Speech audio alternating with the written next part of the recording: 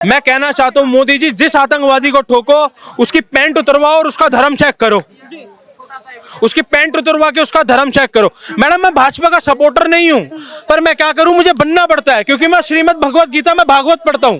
भागवत में लिखा है जो तेरे धर्म के साथ खड़ा है तू उसके साथ खड़ा हो, तो मुझे होना पड़ता है क्योंकि मैं एक सनातनी हूं और मैं अपनी भागवत को सबसे पहले रखूंगा, तो मुझे भाजपा के साथ इसलिए खड़ा होना पड़ता है। मैडम जो ये कह रहे थे कि अरे मोदी जी पोक लेने का सही, ये जो 26 चोर जो कई किसी की नमस्ते नहीं लेते थे आज साथ गले मिल रहे हैं, ये 26 चोर पार्टियां ये ट्वीट कर रही हैं कि अरे मोदी जी तुम डर गए, पीछे हट गए, तुम्हें पोक नहीं लिया।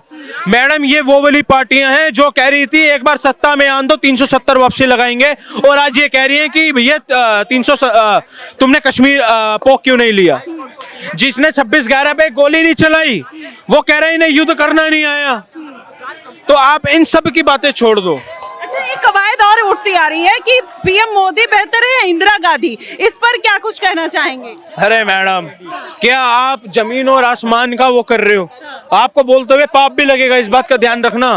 गंगा स्नान आप करिए ना। मोदी जी हैं, मोदी जी की तुलना किसी से नहीं हो सकती। वो इंदिरा गांधी जिसने ब्राह्मणों को मरवाया, जिसने गौ सेवकों को मरवाया, जिसने सिखों को मरवाया, जिसने इमरजेंसियां लगवाई, आप उसको महान बता रहे हो। वो आयरन लेडी को महान बता रहे हो। वो फिरोज खान का जो फिरोज खान है वो आयरन लेडी को भी तो बताओ, जो फिरोज खान की बीवी थी उसे बताओ कि जो फिरोज खान की बीवी थी इंदिरा खान, आप ये बोलो आप उसे गांधी कैसे बना रहे हो? अच्छा, तो आप गांधी सरनेम नहीं मानते हैं? आपकी शादी हुई, आप अभी शर्मा हो, आपकी शादी किसी तिवारी जी से हुई, तो आप शर्मा लगाओगी तिवारी लगाओगी? तिवारी। तो फिर वो कैसे गांधी हो गई? अच्छा, तो सरनेम ले लिया मतलब।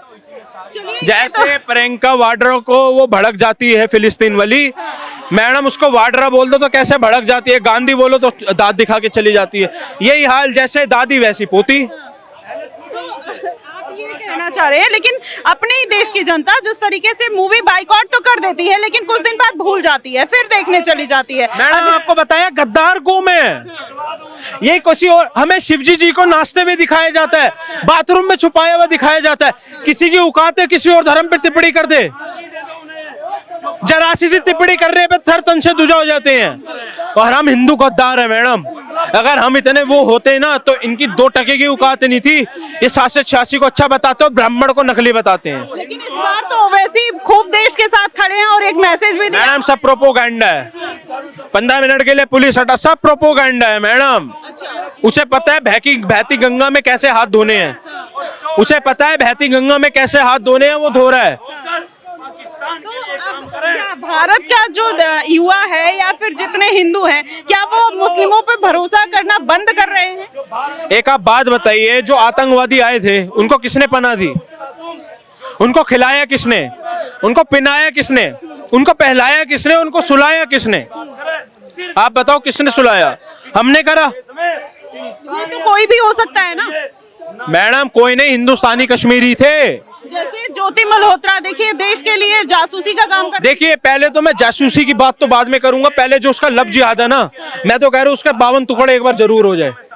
मैं भगवान से प्रार्थना करूंगा कि इसके कोई ना कोई 52 टुकड़े कर जाए, बस। आप खुली चुनौती दे रहे हैं लड़की के बारे में, लेकिन लड़की के बारे में उन लड़कियों को, महिला को क्या उसकी माँ से जाके पूछे जिसका सिंदूर उजड़ा है मैडम, उस बेटी से पूछिए, उस बहन से पूछिए, उस माँ से पूछिए।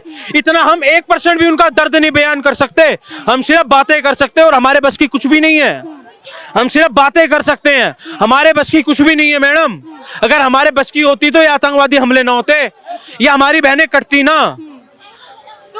देखिए जिस तरीके से बात बोल रहे हैं और एक भावुकता देखने को मिल रही है, और भी लोग हैं। सर क्या कहेंगे कि जिस तरीके से कश्मीर में ये जेनोसाइड हुआ, जिस तरीके से कपड़े उतरवाया गया, क्या अभी भी मुस्लिम देश के साथ नहीं है, बस दिखावे का और एक नाटक करने का एक प्रोसेस चल रहा है? देखिए मुस्लिम तो ये नाटक करते हुए आए हैं। कश्मीर में भी कैंडल मार्च निकाली गई थी और कैंडल मार्च में वो ऐसा दांत दिखा रहे थे जैसे इनकी अम्मी का दूसरा कहीं ना कहीं विवाह हो रहा हो और वहाँ पे शामिल हो रहे हो और वहाँ सिर्फ और सिर्फ दोने पत्तल चाटने गए हों, ये वो लोग हैं, ये देश के साथ तो कभी हो नहीं सकते। भारत का मुसलमान हमेशा से गद्दार था, गद्दार है, गद्दार रहेगा। वरना आप ही मुझे बताइए, ये ओवैसी जैसे नेताओं की बातों में तो आ जाते हैं, लेकिन अब्दुल कलाम और अब्दुल हमीद जैसे लोगों को अपना नहीं मानते। और जबकि अब्दुल कलाम, अब्दुल हमीद जैसे लोगों को अगर मुसलमान जिस दिन अपना मनाने लग जाएगा ना, उस दिन मैं कहता हूँ भारत का कोई भी हिंदू इन मुसलमानों को विरोध नहीं करेगा। लेकिन ये लोग क्या है ना, इन लोगों की एक मानसिकता सेट हो गई है कि इस देश के अंदर कहीं ना कहीं जनसंख्या बढ़ानी है, उसके बाद एक नारा इन्हें देना है कि हम दो हमारे 70 सबके हाथ में ईंट पत्थर। क्योंकि इनकी छोटी सी मानसिकता है कि हमें अपने बच्चों को पढ़ाना लिखाना नहीं है, उन्हें काबिल नहीं बनाना, उन्हें अगर कुछ बनाना है तो वो आतंकवादी बनाना है। जिस तरीके से अब देश एकदम भक्त माना जा रहा है, ओवैसी को लेकर कहा जा रहा है कि हम तो गलत थे, हिंदू ही कह रहे हैं कि हम तो गलत थे, ओवैसी तो सबसे बड़े देशभक्त निकले और जिनसे उम्मीद थी, चाहे शाहरुख खान हो, सलमान खान हो या आमिर खान हो या बड़े बड़े एक्टर अक्षय कुमार हो, उनकी जुबान क्यों नहीं खुली? देखिए मैं बता दूं, पहली बात तो ओवैसी की बात, ये वही ओवैसी है जो खुलेआम हिंदुओं को 15 मिनट की धमकी देता था। तो एक चाय वाला जब प्रधानमंत्री बन गया था, उन्होंने इलाज कर दिया इनका। लेकिन अभी इस देश में चाय वाले का बाद गाय वाले का आना बहुत जरूरी है। मैं बात कर रहा हूँ माननीय योगी आदित्यनाथ जी की, उससे क्या बदलेगा? अभी देखिए, जो कहीं ना कहीं देश विरोधी बातें करते थे, कौन? ओवैसी, वो उनका क्या क्या बदल जाएगा? वो दो बातों में कहूंगा कि और जरा सा धीरे धरो यमुना का पानी खोलेगा, और राम भक्त के बाद अभी तो कृष्ण भक्त भी डोलेगा। और जिस दिन बैठे योगी बाबा प्रधानमंत्री की कुर्सी पे, हैदराबाद में बैठा ओवैसी भी राधे राधे बोलेगा। तो अभी जो देश हित की बात कर रहे हैं ना, सनातनी भी बना देंगे। हम तो ऐसे लोग हैं जो प्यार प्यार में सारे काम कर देते हैं। टर्की के बारे में क्या कुछ कहना चाहेंगे? भूकंप आया, हमने साथ दिया, मेडिसिन हमने पहुंचाई, लेकिन वही तुर्की ने हमारे ही पीठ पे खंजर भोंक दिया। तुर्की ने इतिहास बता दिया कि जो मुसलमान है, चाहे वो किसी भी देश का हो, वो कहीं ना कहीं ऐसे देश का नहीं हो सकता जहाँ सनातन की परंपरा है। और सनातनियों का कभी मुसलमान हो ही नहीं सकता, चाहे विश्व में कोई भी देश ले लीजिए, कोई भी इस्लामिक कंट्री ले लीजिए, वो कभी हमारा नहीं होगा। उन्होंने बता दिया कि मुसलमान शुरू से गद्दार था, आज भी गद्दार है और आगे वाले समय में भी वो गद्दार ही रहेगा। ये चीज़ तुर्की ने बता दी। इसीलिए जो एक चीज़ देखो, जब उनके बच्चे बिलख रहे थे दूध के लिए, जब हम माताएं बहनें सुरक्षित नहीं थी, जब क्या करा मोदी जी ने? हमारा दोस्ती करी उन लोगों के साथ में। आज उन्होंने क्या करा? हमें आगे दिखा दी और ऐसे लोगों का समर्थन कर दिया जो कहीं ना कहीं पनाहगार है आतंकवादियों का, आतंकियों का। तो इसलिए तो तुर्की को ही औंधे मुंह गिरना पड़ा। सारी चीजों का बहिष्कार हो रहा है ना। मोदी जी ने बता दिया कि किसी को बख्शा नहीं जाएगा जो पाकिस्तान के साथ है, जो आतंकवाद के साथ है। वो भारत का मित्र ना तो था, ना है और ना ही रहेगा।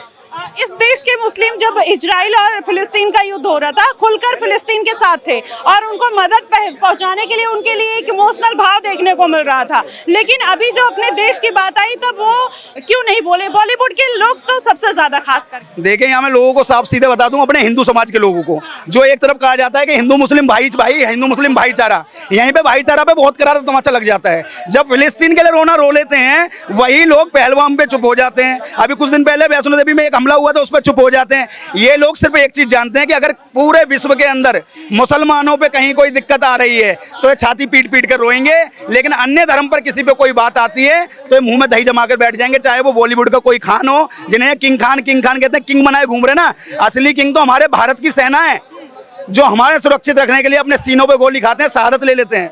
ये बात देखिए, हम आप समझ रहे हैं, लेकिन जो लोग मूवी देखने जाते हैं वही भर भर कर जाते हैं, टैक्स देते हैं, मूवी देखते हैं, पॉपकॉर्न खाते हैं, लेकिन उनको बात अपनी क्यों नहीं समझ में आती? लेकिन वही मुस्लिम धर्म के जो लोग हैं, अपनी चीजों को लेकर, चाहे नमाज पढ़नी हो, चाहे दुआ पढ़नी हो, उसके लिए वो पूरे पक्के हैं। लेकिन हिंदुओं में वो एकता क्यों नहीं देखने को मिलती? देखिए, हिंदुओं की सबसे बड़ी कहानी है कि वो जातिवाद में बटा हुआ है। जिस दिन इस देश का एक एक हिंदू अपनी जाति को छोड़ के हिंदू बन जाएगा, मैं गारंटी के साथ कहता हूं कि जिसने बॉलीवुड पर राज करने वाले लोग हैं ना, सबसे ज्यादा नीचे गिरेंगे और सबसे पहले नंबर ऑफ बॉलीवुड नहीं आएगा, बट साउथ की मूवी आएंगी, जो आज भी संस्कृति को दिखाने का कार्य करते हैं, हमारे धर्म को आगे रखकर कार्य करती है। ये नहीं कि अब्दुल चाचा को महान बता दिया और मंदिर के पुजारी को कहीं ना कहीं रेपिस्ट बता दिया, ऐसा नहीं होता। साउथ का कल्चर सबसे बेस्ट कल्चर है आज भी, और मैं इसीलिए इन खानों की मूवी को देखता नहीं। बॉलीवुड तो पूरा जो कहीं ना कहीं सिर्फ संस्कृति को बर्बाद करने का कार्य दिखाता है। सबसे बढ़िया है साउथ इंडियन की मूवी, जो कहीं ना कहीं कल्चर को भी लेकर चलते, बहन बेटियों को सम्मान भी दिखाया जाता है, और उसमें यह भी दिखाया जाता है कि कोई बहन बेटियों की तरफ आके उठाएगा तो उसकी गर्दन भी काट देनी चाहिए। जी बिल्कुल, जिस तरीके से अपने देश के तो एक्टर एक्ट्रेस नहीं बोले, लेकिन वही पाकिस्तान जो इंडिया पे डिपेंड, चाहे आप देखिए हाइना आमिर की बात कर लीजिए, माहिरा खान की बात कर लीजिए, जो 10 साल में वहां पर पाकिस्तान में नहीं कमा पाई, एक मूवी से यहाँ इंडिया में कमा लिया, लेकिन आज वो भी अपने देश के साथ खड़ी है। लेकिन यहाँ जो करोड़ों में कमाता है, लाखों अरबों में कमा रहा है, वो चुप्पी साध के क्यों बैठा है? देखिए, सबसे पहले किसी देश के साथ नहीं खड़े, अपनी कौम के साथ खड़े हैं। फिर चाहे वो कौम किसी भी विश्व में किसी भी कोने में क्यों ना हो, ये सिर्फ कौमिस्ट व्यक्ति हैं जो अपने कौम के लिए कार्य करते हैं। इनके कौम में मैं यूं कहता हूं, एक आतंकवादी अगर आतंकवादी है तो इनके कौम के लोग उसे आतंकवादी नहीं बोलेंगे, उसे महान बोलेंगे। और अगर वो गलती से फट गया ना अल्लाह अकबर बोल के कहीं, तो उसके कहीं ना कहीं कैंडल मार्च निकलेंगे दुख के साथ में कि हमारे लोग कहीं ना कहीं कुर्बान हो गए अपने धर्म के लिए। मगर ये नहीं बताया जाएगा कि देश को नुकसान पहुंचाने वाला एक आतंकवादी मरा है, ये कभी नहीं बताएंगे ये लोग। इसलिए इनकी बार बार कहता हूं, ये सिर्फ कौम से प्यार करते हैं, किसी देश से किसी भी और धर्म से इनका कोई लेना देना नहीं है। भाईचारे पे ये थूक के कार्य करते हैं और ये इसी तरीके से कार्य करते रहेंगे। ये गद्दार हैं, गद्दार थे और गद्दारी रहेंगे। सर एक सवाल और रहेगा, जिस तरीके से कंपैरिजन चल रहा है इंदिरा गांधी और पीएम मोदी का, उनको लेकर आप क्या कुछ कहेंगे? देखिए मैं बताऊं, जो क्या नाम है इंदिरा गांधी थी, 93,000 से ज्यादा पाकिस्तानी सैनिकों को बंधक बनाया था। अगर वाकई में इंदिरा गांधी एक आयरन लेडी थी तो उन 93,000 सैनिकों को क्यों छोड़ दिया?